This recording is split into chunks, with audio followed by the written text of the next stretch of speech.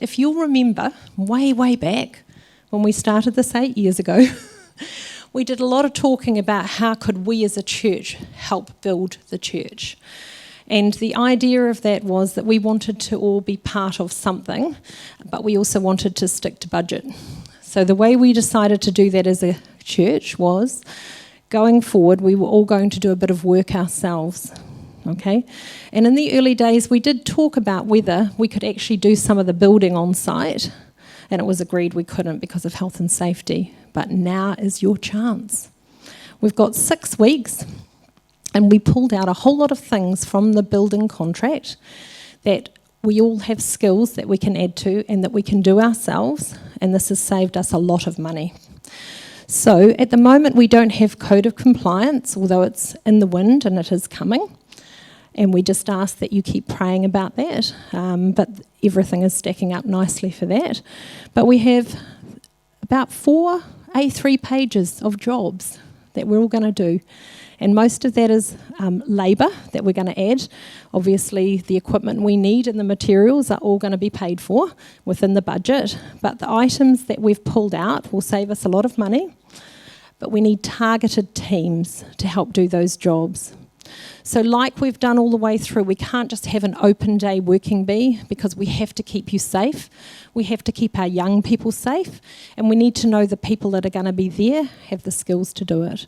So we're going to be making some emails and some phone calls to you guys and all of you out there to see if you're willing to help with the various jobs that we've got. So if you think that you've got a skill and you see some things here tonight that you think, oh yes, I could help with that, contact any one of us, Jim, Sam, Margaret, myself, and we'll add you to our list as well. But be expecting a few phone calls and some emails for 6 weeks every weekend coming. So we'll flick through to the next slide if that's okay, thank you. Some of the jobs that we're going to be doing are quite technical. The cross has been made by somebody within our church and designed by Jim and his team, and it needs to be hung up on that building. So obviously that's quite a technical job. We're not going to want people hanging around underneath that crane, okay? So some of the jobs we're going to be doing on the next slide are quite big. We took out all of the playground works. We need to fill all of this up with shingle, and we're going to be adding AstroTurf, artificial grass. So no more watering, no more lawn mowing, and it's going to be really suitable for young children to play on. So we're going to do that. We're going to be building box seats with gardens so that we can all sit around and have barbecues together. We're all going to be doing that work. Some of the jobs are quite medium. We've got a youth shed. We've got a pad to pour, a shed to build, which we've purchased, AstroTurf going in for the young people. And some of the other jobs that we've got are smaller. We've got a lot of rubbish to get rid of. We need to empty out Ramaroa. We need to get a whole lot of things that we've had before that we don't need anymore, and we're donating them for the youth to sell on Trade Me so that they can put their youth area together. So quite a few jobs to do there. So when you have a look at that list, this is just a small portion, okay, but we've got to set up the kitchen, put furniture in. We need to put up a storage shelter for the mainly music toys. So those are just a handful of the things going forward that we're going to be needing some help with. And we just really appreciate all that you've done, all your giving, all the things that you've encouraged us all with along the way, your commitment to this build. And now's the final run to the end. Bit of a sprint over 6 weeks, but it's going to be awesome. Great. So I'll hand over to Margaret. She's going to give you a wee update on the wonderful job you guys have done donating for the chairs. Thanks, Margaret.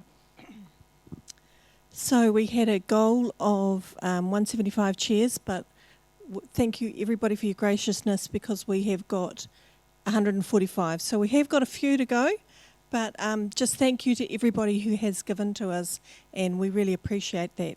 On the fundraising side, we have a high tea organised, but restrictions around COVID, we just decided with so much going on that we're going to push it out to next year.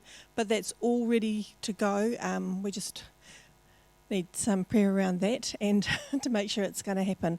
But just the other thing I want to thank is people have not only given in this way, they've given in other ways too, you know, and I just really appreciate that, you know, like we've managed to get 6 lots of cutlery given to us.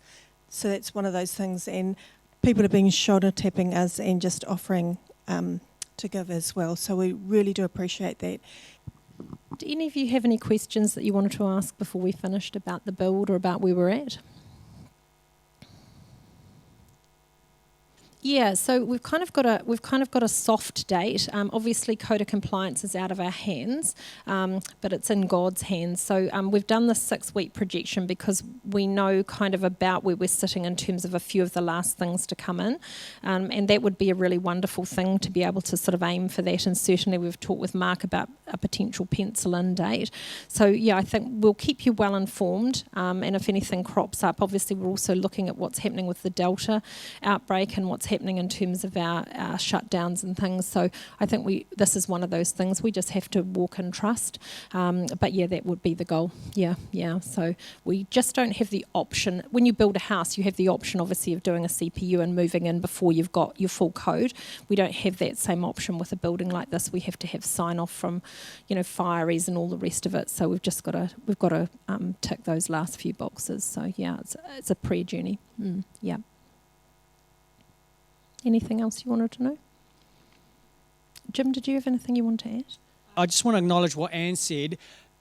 Dates are really awkward. Does anyone remember the date I gave you when the building was going to be completed? It was July, but we communicated August, and then we said it would be the end of August, but we're in October, aren't we? So there's a real danger in dates, and so we're really hesitant, but we know that everyone wants a date. So just be really aware of that. It comes with a real big caveat. Dates are really awkward. There's some things that are out of our hands. There's some things in our hands. Let's control the things in our hands and not worry about the things that are outside that.